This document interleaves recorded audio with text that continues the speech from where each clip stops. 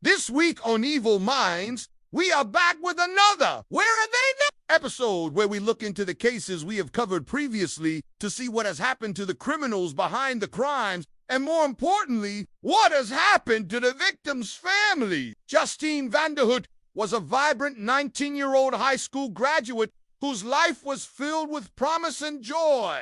On June 3rd, 2003, she had just celebrated her birthday and was eagerly looking forward to attending Santa Ana College. That same day, Justine was captured on camera at a local mall with her boyfriend of 2 years, Daniel Besmer, and his friend, Brandon Fernandez.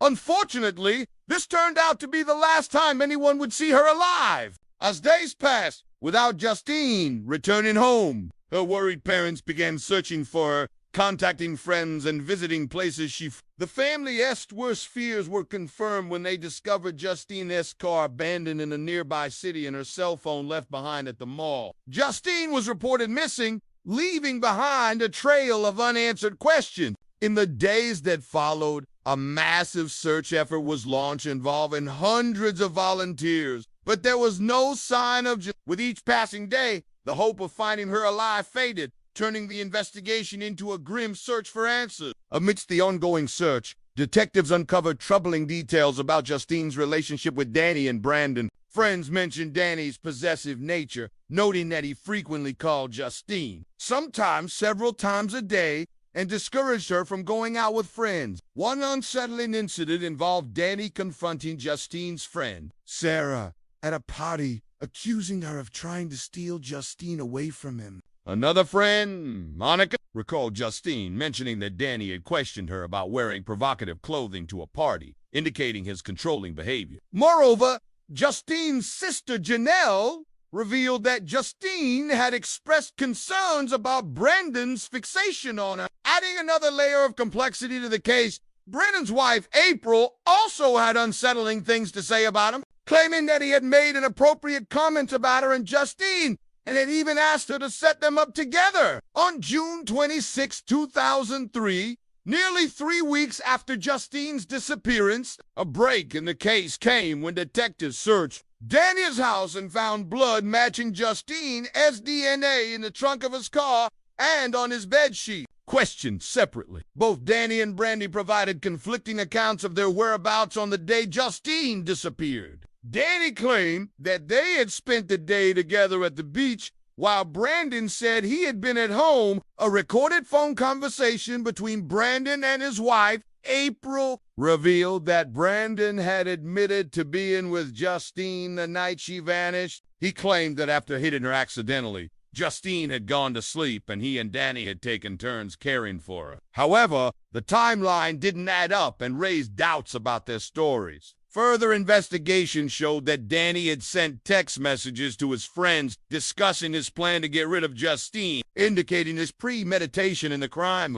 Additionally, Brandon had sent messages to his wife expressing jealousy over Justine. The evidence against them became overwhelming, and both Danny and Brandon confessed to their involvement in Justine's murder. Danny testified that he had invited Justine to his home on June 3rd, 2003, where she was staying with him and Brandon. During the night, a heated argument broke out between him and Brandon over Justine. In a fit of rage, Brandon struck Justine on the head, causing her to fall and hit her head on the floor. Fearing the consequences, Brandon and Danny concocted a plan to hide Justine's body in a remote area. Despite his initial hesitation, Danny agreed to help dispose of the body. They placed Justine in a duffel bag and drove to a secluded spot in the desert near Mount Laguna, where they buried her. Brandon was sentenced to 25 years to life in prison, while Danny received 26 years to life. However, in 2022, Brandon became eligible for parole after serving 19 years in prison. Justine's family members attended the hearing,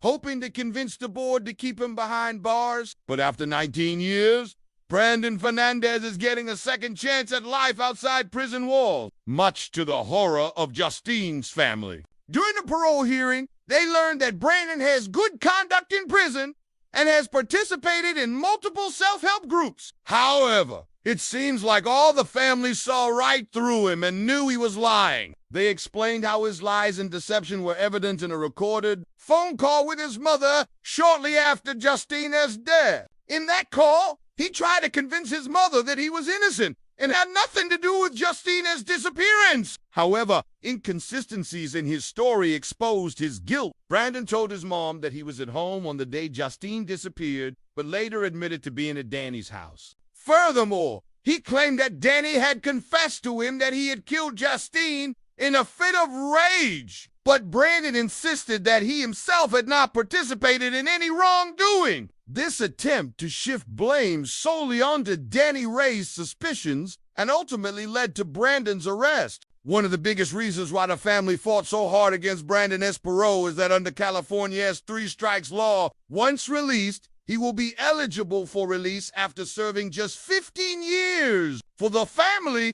this means that the man who took their daughter's life could be back on the street, posing a potential danger after just 15 years. Following Brandon's release, Justina's family continues to advocate for victims' rights and has been instrumental in passing Justina's law, which mandates teen dating violence prevention education in California high schools. The law aims to equip students with the knowledge to recognize and prevent abuse. Through their advocacy, the family hopes to prevent other families from experiencing the pain they have endured and to honor Justina's memory by making sure her story has a lasting impact. We truly appreciate your support and hope that you continue to tune in to our channel for more content. Please take a moment to leave us a review on your favorite podcast platform. Your feedback helps us grow and reach more listeners. Thanks again for listening, and we'll see you next time on our channel.